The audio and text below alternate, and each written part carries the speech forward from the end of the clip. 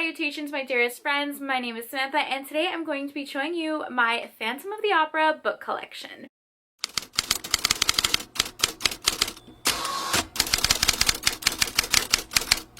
Hello, how are you? Welcome or welcome back to my channel.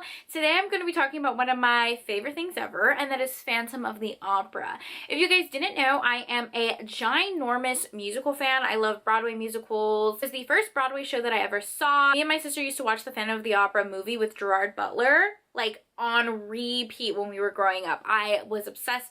We were so obsessed with that movie. We would literally pretend we were the characters. We would act out the scenes, like everything. We would have the music blasting on our ride to school. Like, I just love this musical so much. It's an absolute classic. Will say, and I'm not going to get into it here, but I will say I am Team Raoul 1000%.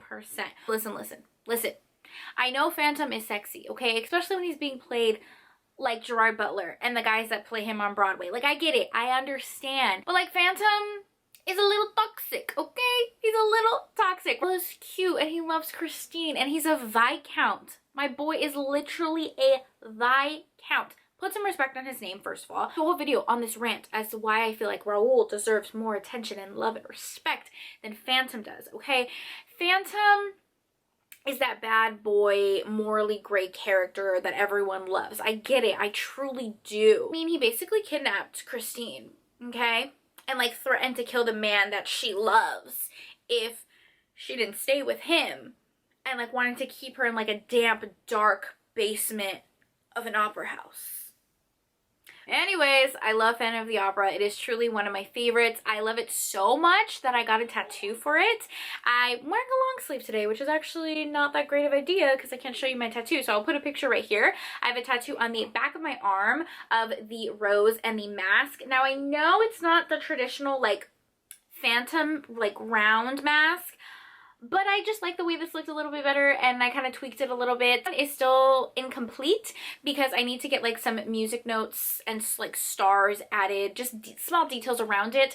I have another tattoo that's like a ballerina. For another book, it's inspired by Stolen Air by Sophie Lark. However, they're each on the back of my arm, and I feel like they tie together really well because Christine was also a dancer and a ballerina. Dual meaning.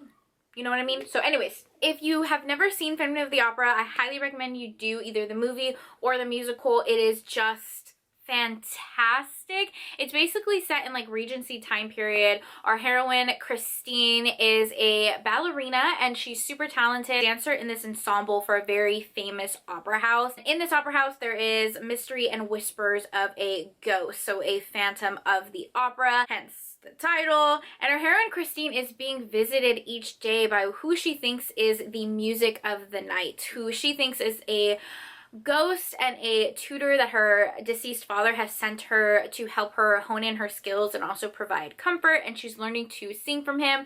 But then there's also all of these whispers about a phantom in the opera house getting the attention for her talents and kind of taking the lead role. And in that, she bumps into her childhood sweetheart, the Viscount Raoul, who she knew as a child. They were kind of childhood sweethearts. He also knew her father, and he is the major benefactor for this show. I wouldn't say it's really a romance, because is there a clear-cut happy ever after, especially with the second musical Love Never Dies? But it's different. It's its own thing, and I love it so much. So yeah, highly recommend it. And let me show you my Phantom of the Opera collection. A video where I showed all of my Dracula books, which is another classic book that means a lot to me, and I collect those copies. Someone asked for my Phantom of the Opera collection, so that's why I'm doing this video. Anytime I'm at any bookstore or any place that sells books, I will look for Dracula or Phantom of the Opera, and I have accumulated quite the collection when it comes to my Phantom of the Opera books. In total, I have 5 physical copies of Phantom of the Opera retellings.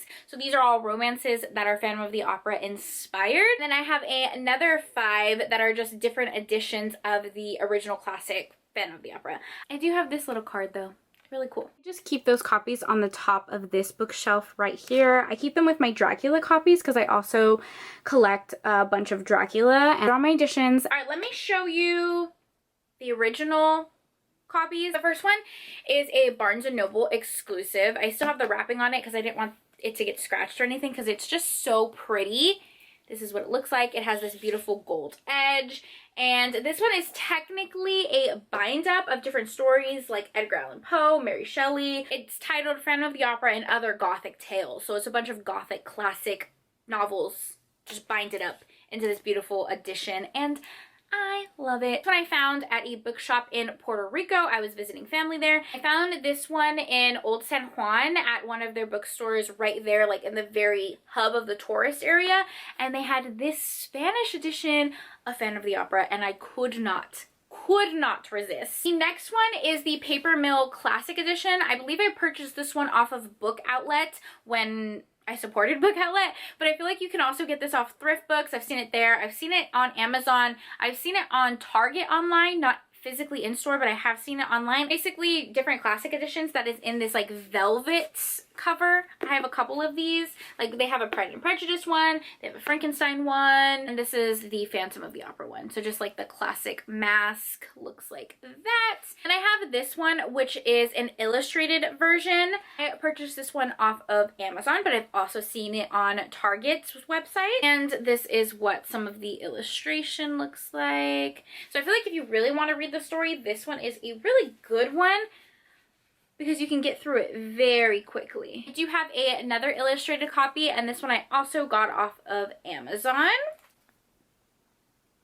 Like size comparison, this one is much larger. I mean, they're both pretty large, but this one is larger, but like compared to like a normal size book, it is pretty big. And this is what the art style looks like. So actually very different art style from that other illustrated copy. Like every piece of this book is so beautiful. Like I love having it displayed. Those are copies of the original story, and these are all romances that were inspired by Phantom of the Opera.